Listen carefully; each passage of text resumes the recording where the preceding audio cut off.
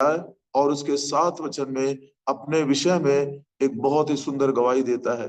मैं अच्छी कुश्ती लड़ चुका हूं, मैंने अपनी दौड़ पूरी कर ली है, मैंने विश्वास की रखवाली की। मतलब मसीह जीवन को मैंने सार्थक बनाया। जो दौड़ मेरे लिए रखा हुआ था मैंने उसको पूरा किया।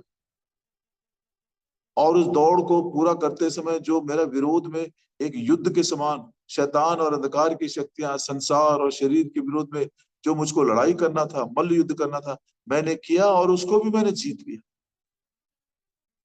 तो सप्ताह का जो पहला दिन है, हमारी दौड़ के विषय में एक छोटा सा पाठ हमको सीखने को मिलता है जो बहुत बहुत अहम है हमारे जीवन में उसको समझना।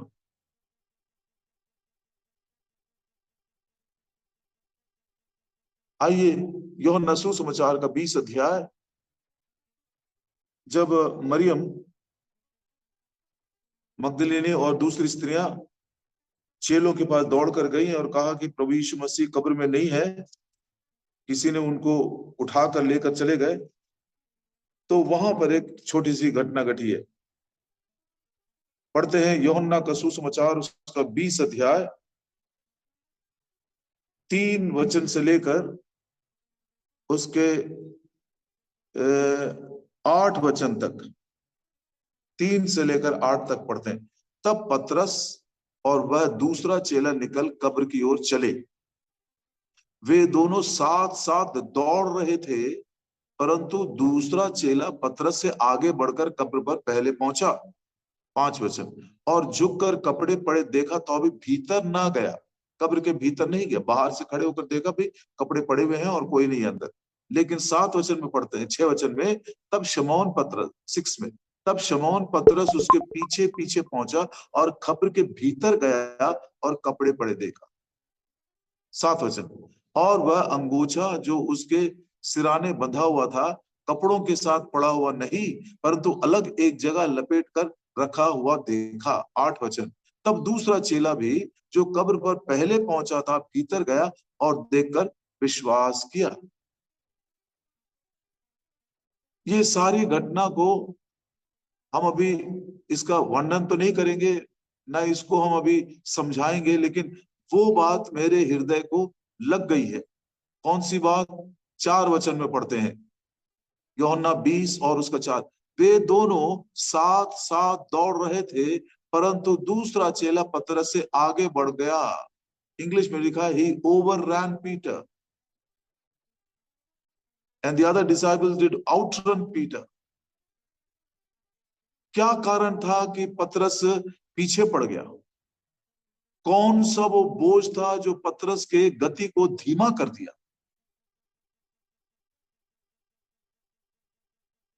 क्या कारण है? इसको हमने कभी समझने की कोशिश शायद नहीं किए होंगे। सप्ताह का पहला दिन, आपको मालूम है पतरस और प्रभु यीशु मसीह के बीच में वो कैसे वो दोनों एक दूसरे से अलग हुए थे। जब प्रभु यीशु मसीह को पकड़वा कर कैफस के पास लेकर चला गया और वहां पर उसका न्याय हो रहा था और पतरस दूर ही दूर उसके पीछे चल रहा था, और जब वो कुछ लोग आग जलाकर वहां पर आग तापने लगे ठंडी के कारण, पतरस जाकर उनके साथ वो बैठ गया। एक बच्ची आई, कहने लगी तू भी उनमें से है। पतरस ने इनकार किया 3 बार, भयानक उसका पतन था वहां पर। मैं उसको नहीं जानता हूं, प्रभु यीशु मसीह।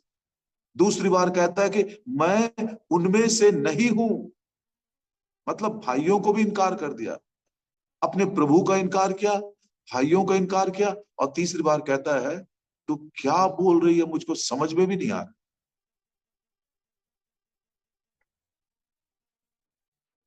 और इस रीति से इनकार करने के बाद जब पतरस ने आंखें उठाकर देखा तो प्रभु यीशु मसीह की आंखों के साथ उसका आंख मिला, बाहर जाकर फूट फूट कर रोया। इस रीति से मृत्यु के पहले पतरस और प्रभु यीशु मसीह का अलगाव हो। अब ये घटना जो हुआ था इसको यहीं पर थोड़ा सा ब्रेक करके गलतियों की पत्री और उसका दूसरा अध्याय और दूसरे वचन को एक बार फिर पढ़ लेते हैं। गलतियों की पत्री दूसरा अध्याय और दूसरा वचन।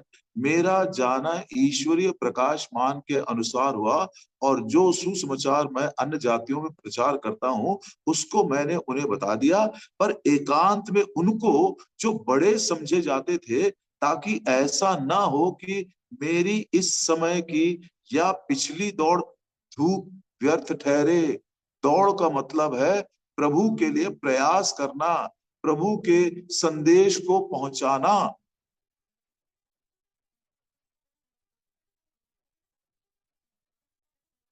पतरस के पास वो संदेश पहुंचाने के लिए इतनी ताकत नहीं थी, क्योंकि उसका मन बोझिल है, स्लो हो गया, धीरे हो गया, धीमा। कुछ बोझ उसको खींच रही है, कोई बात उसको दबा रही है। इसको समझने के लिए एक और वचन पढ़ना चाहते हैं, इब्रानियों की पत्री 12 अध्याय और उसका पहला वचन। इब्रानियों की पत्री 12 का 1। इस कारण जबकि गवाहों का एक ऐसा बड़ा बादल हमको घेरे हुए है, तो आओ हरेक रोकने वाली वस्तु और उलझाने वाले पाप को दूर करके वह दौड़ जिसमें हमें दौड़ना है धीरज से दौड़े। रोकने बातें हिंदी में लिखा हुआ है, लेकिन अंग्रेजी बाइबल के अनुसार वो बोझ है जो हमको रोक रहा है। Lay aside every weight and the sin which doth so easily beset us। कौन सा वो भार है? आपने दौड़ने वालों को देखे होंगे कि कितना हल्का वो कपड़ा पहनते, लगभग नहीं के बराबर। उनके सारे कपड़ों को यदि आप तराजू में रखकर तौल दें तो 100-150 ग्राम से ज्यादा निकलता नहीं है वो। उनकी जूतियां भी इतनी हल्की होती, मतलब कोई सभी एक्स्ट्रा वेट बोझ वो नहीं उठाना चाहते, ताकि वो तेजी से दौड़े और अपने गंतव्य को पहुंच जाए। तो पौलुस को भी मालूम है कि आत्मिक जीवन में भी कुछ ऐसे भार हैं, कुछ ऐसे बोझ हैं जो हमको दबाती है, जो हमारे गति को धीमा करती है, जो हमारे पांव को ऐसे बांध कर रखती है कि हम बार बार ठोकर खाकर गिरते हैं, और कभी कभी तो हम दौड़ को पूरा भी नहीं करते, और जो दौड़ हमारे लिए रखा हुआ है उसको भी हम पूरा नहीं करते। इसलिए बोलता आओ अपने बोझ को हल्का करो। एक बोझ भय हो सकता है पाप के कारण, कोई छुपा हुआ पाप जिसके कारण मन के अंदर भय भरा हुआ है, और वो हमको बोझिल करता है, हमारी गति धीमी हो जाती है, हमारे मुंह से संदेश भी नहीं निकलता है। ये बहुत बड़ा विचार है ये। दौड़ना, मसीह जीवन को दौड़ के साथ उसकी तुलना की गई है, और दौड़ने वालों में क्या तो शामिल है, इसका गीत भी हम गाते रहते हैं। दौड़ने वालों का अगुवा, फोर रनर प्रभु यीशु मसीह है। क्या आपने इस बात को कभी समझा कि दौड़ने वालों में अगुवा कौन है? जो हमसे पहले दौड़कर उस पर्दे के भीतर पहुंच गया है। इब्रानियों की पत्री और उसका 6 अध्याय आखिरी वचन। इब्रानियों की पत्री 6 अध्याय और उसका आखिरी वचन, जहां यीशु ने मलकीसदक की रीति पर सदाकाल का महायाजक बनकर हमारे लिए अगुवा के रूप में प्रवेश किया है। हिंदी में वो शब्द नहीं आया, इंग्लिश में पढ़ता हूं, देखिए। With the four runner is for us entered. Four runner मतलब हमसे आगे दौड़ने वाला कर्ण धावक या अगुवा। फोर रनर प्रभु यीशु मसीह भी एक दौड़ने वाला था इस दुनिया में, और उसने अपनी दौड़ को तब तक नहीं रोका जब तक वो पर्दे का काम पूरा करके समाप्त हुआ कहकर पर्दे के भीतर परमेश्वर की उपस्थिति में जब तक वो नहीं पहुंच गया, बिहाइंड द वे।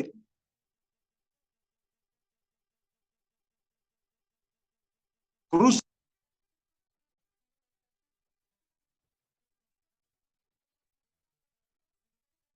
नीचे उतर कर, लेकिन प्रभु ने पीछे मुड़कर भी नहीं देखा, पीछे लौट कर भी नहीं गया। तो आज प्रभु के वचन के अनुसार जिस विषय में मैं कायल हुआ हूं, मसीहियों के जीवन को देखकर और खुद के अनुभव के द्वारा सीखे हुए उस आत्मिक पाठ को बड़ी स्पष्टता के साथ मैं बताना चाहता हूं। कौन से वो बोझ है, कौन से वो वेट्स हैं, कौन से वो भार हैं जो हमारी गति को धीमा कर देते हैं और हमारी दौड़ को पूरा करने में हमको रोकती है। पहला पतरस उसका दूसरा अध्याय और पहला वचन, पहला पतरस उसका दूसरा अध्याय और उसका पहला वचन। इसलिए सब प्रकार का बैर भाव, छल, कपट, डाह, निंदा दूर करके, ये जो बातें यहाँ पर लिखी गई हैं, इनका ना कोई रूप है, इनका ना कोई रंग है, और ये अदृश्य भी है, दिखाई नहीं देते, इसका कोई रंग और रूप नहीं है। सब प्रकार का बैर भाव, मैलिस बोलते हैं इंग्लिश में उसको। मैलिस का मतलब शब्दों के द्वारा हो या कार्यों के द्वारा हो, किसी के नुकसान करने की चाह रखना। इसीलिए किसी दूसरे मनुष्य के विषय में झूठ बोलते हैं ताकि उसका नुकसान हो जाए, या कुछ ऐसा कर देते हैं कि उसका नुकसान हो जाए। दूसरों के नुकसान करने की वो लालसा मन के अंदर। दूसरा, छल की बात, जिसको इंग्लिश में गायल बोलते हैं। गायल का मतलब है एक सद्गुण को, एक दुर्गुण को एक सद्गुण से ढांपने की कोशिश करना। Covering, trying to cover a vice with a virtue. उदाहरण के तौर पर, आपने जो बहुत सारे रोटी खाते उनको देखे होंगे आप। कुछ कुछ लोग 12-12 रोटी, कुछ लोग 20-20 रोटी तक खाते हैं। ऐसा खाना परमेश्वर के वचन के अनुसार प्राण घातक पाप है। ग्लटनी इज अ डेडली सिन। इसीलिए कहा यदि तू खादाड़ है तो अपने गले में तो छुरी लगा लेना। लेकिन ये दुर्गुण को कैसे वो ढांपते देखे, हाँ जी मैं किसी से शर्माता नहीं, मैं 20 रोटी खाता हूं। किसी से नहीं शर्माना, किसी से नहीं डरना, वो सद्गुण है। दुर्गुण को सद्गुण से ढांप देना, ये छल की बात। कपट, हिपोक्रेसी, जो मैं नैतिक जीवन में नहीं हूं उसको बाहर लोगों को दिखाना कि मैं बहुत अच्छा हूं। डाह की बात, एनवी की बात, जो मैं दूसरों के पास है उसको खुद पाने की लालसा कर। निंदा की बात, इविल स्पीकिंग इंग्लिश में कहा गया। इविल स्पीकिंग का मतलब एक व्यक्ति के विषय में जो मैं बोलता हूं उसके पीठ के पीछे यदि मैं बोलूं तो वो इविल स्पीकिंग है। इसको हम बैकबाइटिंग भी बोल सकते हैं। हो सकता है जिस व्यक्ति की मैं बात कर रहा हूं बाइबल के शब्दों के जैसा सच है, it may be true even like the Bible, but उसके पीठ के पीछे मैं बोल रहा हूं, इसलिए वो पाप है। समय के अभाव के कारण मैं ज्यादा बोल नहीं सक रहा हूं। आप सोच कर देखिए इन बातों को। ये भार है, ये बोझ है, आपको दौड़ने नहीं देंगी, आपकी गति को धीमा कर देंगे। कई बार आप हताश और निराश होकर बैठ जाएंगे, दौड़ना भी बंद कर देंगे। पतरस के जीवन में एक ऐसा ही भार था। बहुत दुखद उसका प्रसंग था। डर है मन के अंदर।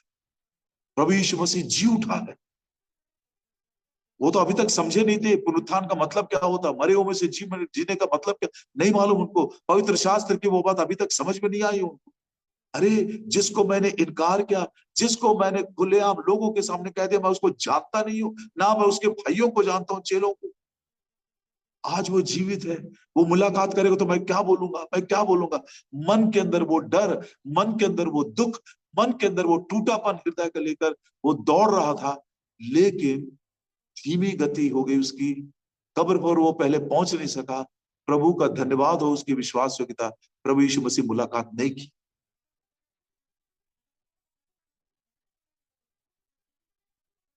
क्यों मुलाकात नहीं की है? उसकी सहनशीलता, उसका प्रेम, उसकी दया और उसकी करुणा, दुखियारों पर किस रीति से वो अपने करुणा को प्रकट करता, कंपैशन। पढ़िए पहला कुरिन्थी 15 अध्याय और उसकी आयत हम पढ़ते हैं। पहला कुरिन्थी 15 अध्याय का 5 वचन। पहला कुरिन्थी 15 का 5। और कैफा को तब 12 को दिखाई दिया। यूहन्ना का 20 अध्याय को 19 वचन में 12 चेलों को दिखाई दिया, लेकिन उससे पहले कैफा को तब 12 को दिखाई दिया। कैफा के टूटे हुए हृदय को वो जानता था। यूहन्ना के सामने उसको बदनाम नहीं करना चाहता था। यूहन्ना के सामने उसको डांटना नहीं चाहता था, उसको इंसल्ट नहीं करना चाहता था। इसलिए प्रभु यीशु मसीह उस समय दर्शन नहीं दिए। लेकिन कब और कैसे मुझको तो नहीं मालूम, लेकिन पवित्र शास्त्र में पौलुस कहता है 12 चेलों से मिलने से पहले प्रभु यीशु मसीह ने कैफा को एक पर्सनल विजिट, व्यक्तिगत भेंट मुलाकात देकर उसके जीवन को बदल दिया, क्षमा कर दिया, धो दिया, नया बना दिया, उसके दुख को आनंद में बदल दिया। अब पतरस इतना योग्य और सक्षम हो और युद्धों के लिए परमेश्वर के राज्य को खोलने की कुंजी अब उसके पास है और उसकी ताकत भी उसके पास है। सप्ताह का पहला दिन, प्रिय भाइयों बहनों, कौन सा वो छिपा हुआ पाप है, कौन सा वो दुख है, कौन सा वो टूटापन है, कौन सा वो पतन है, सब कुछ हमारे प्रभु यीशु मसीह को मालूम है। आपसे एकांत में मुलाकात करना चाहता है, आपको बदनाम करने के लिए नहीं, आपको दुखी करने के लिए नहीं, आपको बदल देने के लिए परमेश्वर के राज्य की कुंजी आपके हाथ में देना चाहता है, ताकि आप भी जाकर ये भव्य सुसमाचार सुना सके। प्रभु यीशु मसीह मरे हुओं में से जी उठने वाला पहलौठा है, हमारे पापों के लिए पकड़वाया गया था, लेकिन हमारे धर्मी ठहराने के लिए वो जी उठा है। ये संदेश आपसे पहुंचाना चाहता है। पतरस ने पहला दिन जब सुसमाचार सुनाया, 3,000 लोग उद्धार पाए। दूसरी बार सुसमाचार सुनाया, 5,000 लोग उद्धार पाए। कुरनेलियुस के घर में गया, सारा घराना उद्धार पा गया। अन्य जातियों के लिए, यहूदियों के लिए संदेश बड़े जोर शोर के साथ तेजी से दौड़ता हुआ हजारों की तादाद में उसने लोगों को प्रभु यीशु के पास लेकर आया।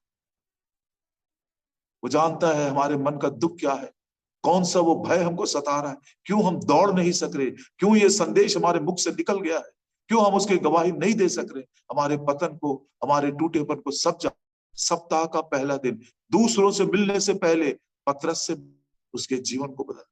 आज आपसे एकांत में मिलना चाहता है। क्या आप उसके चरणों के पास अकेले बैठ अपने मन को नहीं खोलेंगे? प्रभु क्षमा करेगा, शुद्ध करेगा, नया बना देगा, जीवन को बदल देगा। आपके सारे भार को मुक्त करके, भार मुक्त करके, ये सब परिश्रम कर मेरे पास आओ, मैं तुम्हारे भार को मुक्त कर दूं।